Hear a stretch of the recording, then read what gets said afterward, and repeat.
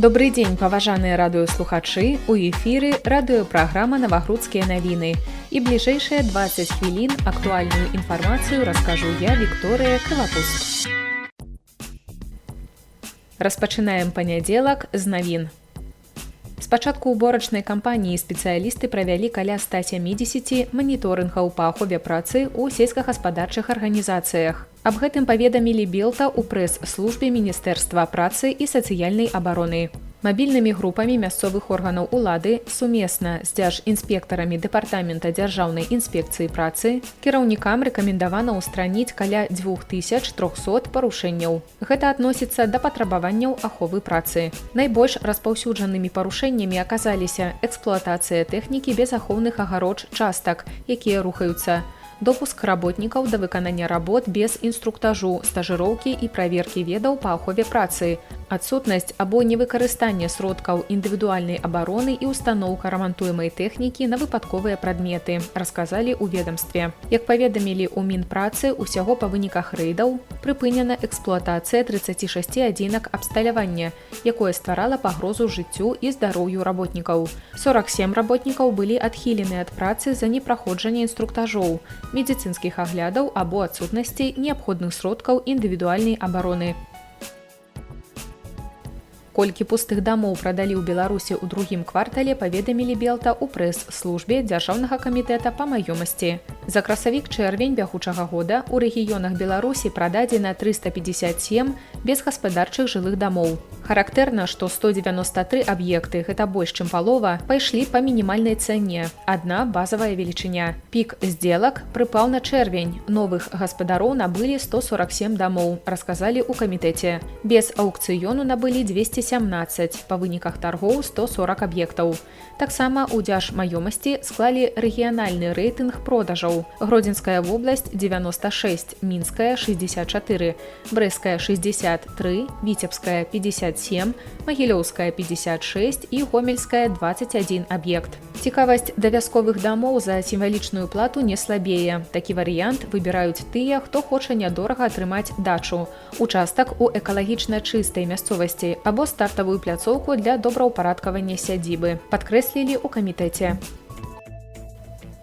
Суд Гродзенскай вобласці прыгаварыў да працяглых тэрмінаў пазбаўлення волі нарказакладчыка і яго саўдзельніцу, паведамілі ў Гродзенскім абласным судзе. Хлопец у лютым 2026 года добраахвотна ўвайшоў у склад арганізацыйнай групы, якая дзейнічала на тэрыторыі Беларусі, займалася рэалізацыяй наркатычных сродкаў і асабліва небяспечных псіхатропных рэчываў у інтэрнэце. Ён выконваў ролю закладчыка. У тэлеграм ад куратара хлопец атрымаў звесткі аб месцы знаходжання асабліва небяспечнага псіхатропнага рэчыва – амфетаміну, агульнай масай больш 100 грам, што з'яўляецца буйным памерам. З мэтай збыту набыў і захоўваў яго ў тайніку паблізу ад адной з вёсак Гродзенскага раёна. Разам з недасведчанай аб яго дзейнасці 33гадовай знаёмай прыбыў да схованкі. Яны забралі рэчыва, паклалі яго ў жаночую сумку, дзе захоўвалі да моманту іх затрымання супрацоўнікамі праваахоўных органаў.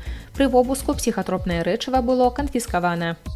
Суд прызнаў мужчыну вінаватым у незаконных з мэтай збыту, набыцці, захоўванні асабліва небяспечных псіхатропных рэчываў у буйным памеры, учыненых групай асоб, арганізаванай групай. На падставе часткі 4 артыкула 328 Крымінальнага кодекса ён прыгавораны да пазбаўлення волі на 10 гадоў са штрафам у памеры 100 базавых велічынь. Адбываць пакаранне яму давядзецца ў папраўчай калоніі ва ўмовах строгага рэжыму. Абвінавачаная прызнана вінаватай у незаконных з мэтай збыту, набыцці, захоўванні асабліва небяспечных псіхатропных рэчываў, учыненых групай асоб у буйным памеры. Мабільны тэлефон, які належыць абвінавачанаму, канфіскаваны як сродак учынення злачынства. Да абвінавачанага прыменена прымусовая мера бяспекі і лячэння ад хранічнага алкагалізму па месцы адбывання пакарання. Законнасць і абгрунтаванасць прыгавору правераны судом апеляцыйнай інстанцыі у сувязі з падачай абвінавачанай апеляцыйнай скаргі. Па выніках разгляду прыгавор пакінуты без змянення, а апеляцыйная скарга без задавальнення.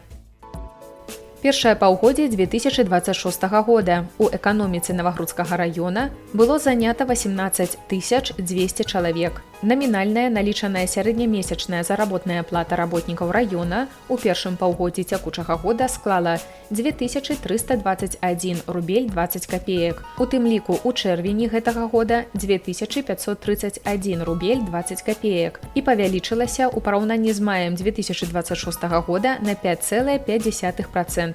Ці на 131 рубель 30 копеек. Рэальная заработная плата разлічаная з улікам росту спажывецкіх коштаў на тавары і паслугі у чэрвені 2026 года у параўнанні з маем 26 павялічылася на 5,2%. У прамысловасці сярэдняя заработная плата ў чэрвені склала 2934 рублі, у будаўніцтве 2628 рублёў 80 копеек. На транспарце 2592 рублі 20 копеек, у сельскай, лясной і рыбацкай гаспадарцы 2360 рублёў і 10 копеек, у адукацыі 2256 рублёў 30 копеек. Заработная плата работнікаў аховы здароўя і сацыяльных паслуг у чэрвені 2026 года склалася ў памеры 2127 рублёў 80 копеек, у тым ліку у галіне аховы здароўя 2236 беларускіх рублёў. 28 ліпеня на беразе ракі Нёман ля сцен Свята-Елісееўскага лаўрышаўскага мужчынскага манастыра было шматлюдна.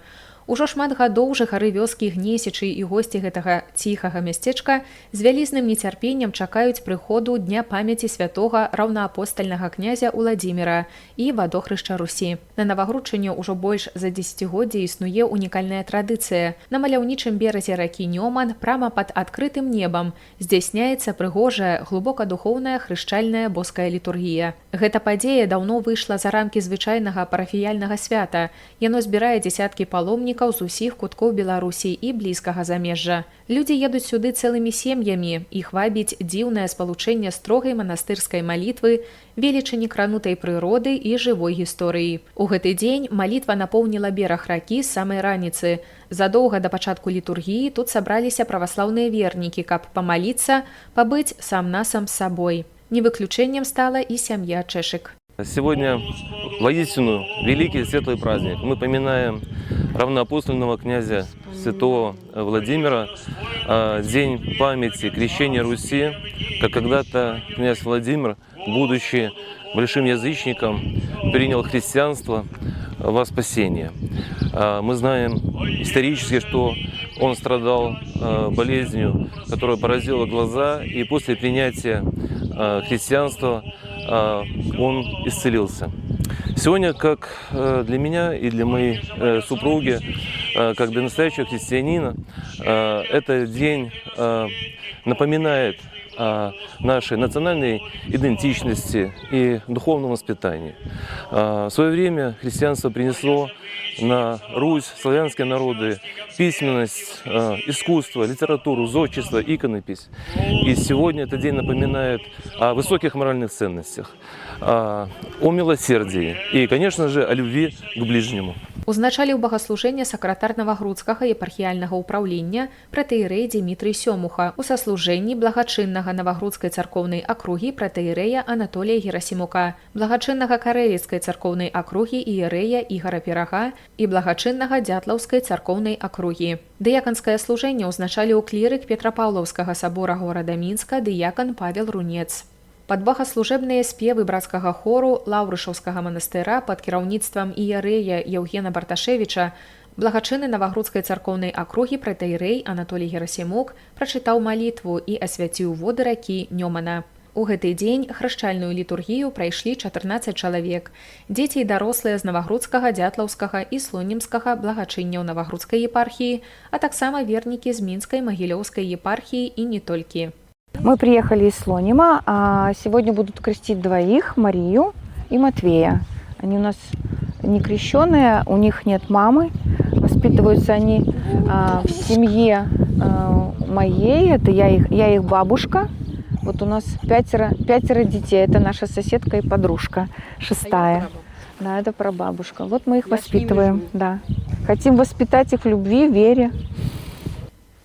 Праходзячы па абсыпаным кветкамі шляху да ракі, праваслаўныя вернікі, іх родныя, блізкія людзі адчувалі асаблівае, ні з чым не параўнальнае трапяткое хваляванне. Традыцыя упрыгожваць дарогу да вады жывымі кветкамі ўзнікла тут яшчэ ў першыя гады правядзення свята. Мясцовыя жыхары беражліва збіраюць іх, каб выслаць яркі дыван. Кожны крок па гэтай пахучай сцежцы набліжае да духоўнага ачышчэння, а таксама смерці грахоўнага жыцця і ўваскрашэння да новага жыцця з Богам. Тацяна і Ян Кухта таксама тут пабывалі.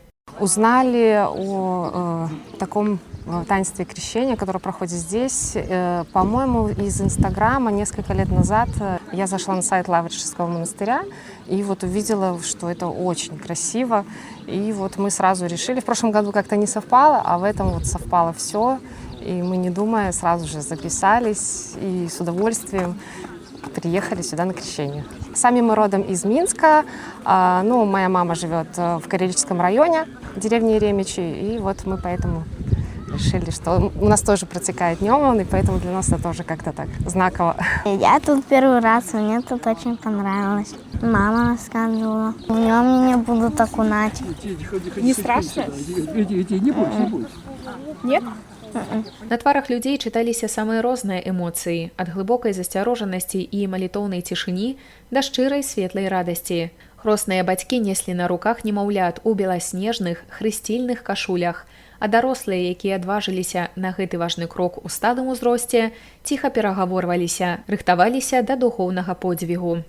Агульная вера і веліч моманту аб'ядналі ўсіх у адну вялікую дружную сям'ю. Кожны абрад храшчэння завяршаўся ускладаннем нацельнага крыжыка як знака прыналежнасці да веры. Пасля заканчэння літургіі пратэірэй Дзімітрый павіншаваў новаасвечаных, нагадаўшы аб важнасці прытрымлівання хрышчальных абяцанняў і уручыў ім пасведчанні аб хрышчэнні. Запомняць святочную цырымонію не толькі тыя, хто сёння прыняў хрышчэнне, але і шматлікія сведкі гэтай урачыстасці. Информацию дает Владислав Драпала, Энергогаз-инспекция. 11.05.2026 года вблизи деревни Корочище Минского района на небольшом искусственном водоеме произошел несчастный случай. При проведении расследования было установлено, что гражданин с внуком, двигаясь к предполагаемому месту рыбалки с разложенной углепластиковой удочкой, приблизился к неизолированным проводам воздушной линии электропередач 10 киловольт и попал под напряжение. Упал, почувствовал боль в руке и ноге. Пострадавший отполз от места происшествия. По мобильному телефону обратился в медицинское учреждение и сообщил в Минские электрические сети. Во время происшествия внук пострадавшего находился на безопасном расстоянии. По уточненной информации, состояние пострадавшего удовлетворительное. Провода линии электропередачи находятся под высоким напряжением, поэтому поражение электротоком может произойти через воздух, тем более, что удочки и спиннинги из углепластика, входящие в состав волокно углерод, но очень хороший проводник.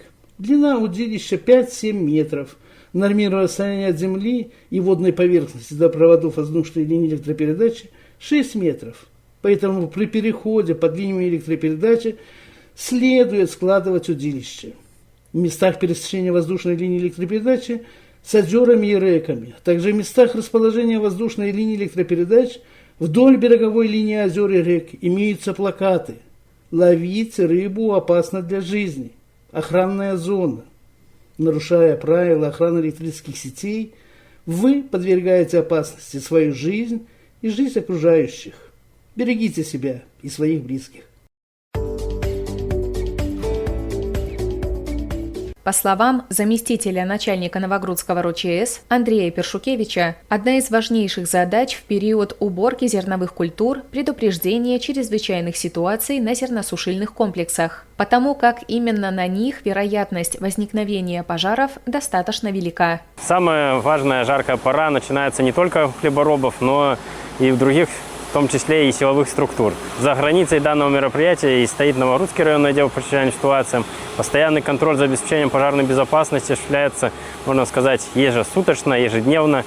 Ввиду того, что данное мероприятие действительно очень важное и, как показывает практика, зерносушильные комплексы вызывают очень большое внимание, в частности того, что возможно возникновение пожара. Зерно довольно сырое с полей привозится, погодные условия не совсем сприяют хлеборобам, но это все ведет к своим причинам возникновения пожара, что необходимо контролировать оператором. Спасатели уделили особое внимание техническому состоянию зерносушильного оборудования, эксплуатация которого требует повышенного внимания. Осмотрели складские зоны зерносушильных комплексов, проконтролировали отсутствие там горючих материалов, легко воспламеняющихся жидкостей и твердых веществ. Особое внимание при посещении, в частности, зерносушильного комплекса, обращается внимание на подготовку персонала, на знание действий в случае возникновения чрезвычайной ситуации, правильность принятия мер по ликвидации загорания,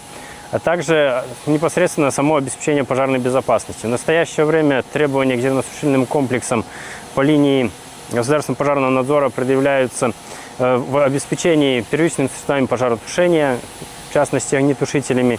При рейдовом мероприятии мы посмотрели, на данном объекте у нас все исправно, а также особое внимание уделяется приспособлению для подачи воды вверх шахты. В случае какого-то возникновения, чтобы можно было предотвратить загорание на ранней стадии. Поэтому в целом по району у нас все зерносушильные комплексы оборудованы данными приспособлениями. Имеются на каких-то объектах мотопомпы стоят, на каких-то погружные насосы. К безопасности на этом объекте сельскохозяйственного унитарного предприятия «Агромолдар» относятся ответственно, подчеркнул Андрей Иванович. На полях «Агромолдара» работают не только хлеборобы, но и дежурят спасатели. В иных случаях обязательно должна дежурить машина или трактор с бочкой воды и насосным оборудованием. Это не пустая формальность. Наличие такой страховки позволяет мгновенно предотвратить любые очаги возгорания. Службу вели Руслан Тиханович, мастер-спасатель, и Александр Чубрик, водитель. Началась уборочная кампания в хозяйствах Новогрудского района. Мы по запросу хозяйств прибываем на поля для обеспечения пожарной безопасности сельскохозяйственной техники и урожая. В случае возгорания комбайна или сельхоз любой техники мы приступаем к ликвидации пожара. Машина оснащена всей необходимой для пожаротушения техникой и оборудованием. Сегодня работаем на полях «Агромолдара» в районе деревни Ладенники. Следим за работой 4 уборочных комбайнов. Следим за зерноуборочной техникой, как она передвигается по полю. И непосредственно всегда контролируем эту технику и находимся вблизи комбайнов, техники, которая на отвозе. Выезжаю на поля уже 8-й год. Всегда также волнительно, конечно, чтобы все было хорошо, чтобы уборка прошла успешно. И радостно от того, что мы причастны к большому караваю нашей страны. Первое, что проверяет Андрей Иванович, подъезжая к месту жатвы, обеспечена ли пожарная безопасность. Просит экипажи предъявить огнетушители, лопаты. Соломистая масса, различная пыль, это все отваживается на всех агрегатах самого комбайна. Что необходимо каждую смену, перед каждым выездом на поле это все очистить, чтобы в последующем не было каких-то лишних вопросов в том, что может произойти какое-то температурное трение, либо же тот же порыв гидравлических шлангов, растеки масла. И различные ситуации бывают по перегреву подшипников. Это все, скажем так, является косвенными причинами возникновения пожара. В ходе рейда спасатели оценивали уровень подготовки работников, ведь знание правил и умение оперативно использовать средства пожаротушения помогают предотвратить пожары и спасти имущество предприятия. Погоня за дешевыми брендами и нереальными скидками делает вас уязвимее. Покупка товаров через непроверенные интернет-страницы, торговля криптовалютой, поиск стоковых и конфискованных товаров. И вы на крючке у злоумышленников. Мошенники шантажом заставят вас перечислить огромные суммы денег, утверждая, что вы спонсируете терроризм или другие противоправные деяния. Не дайте себя обмануть. Будьте бдительны, не заходите по ссылкам, в которых не уверены. Не перечисляйте деньги неизвестным продавцам. Не вступайте в разговор или переписку с сомнительными людьми. Не попадайтесь на крючок. Берегите себя.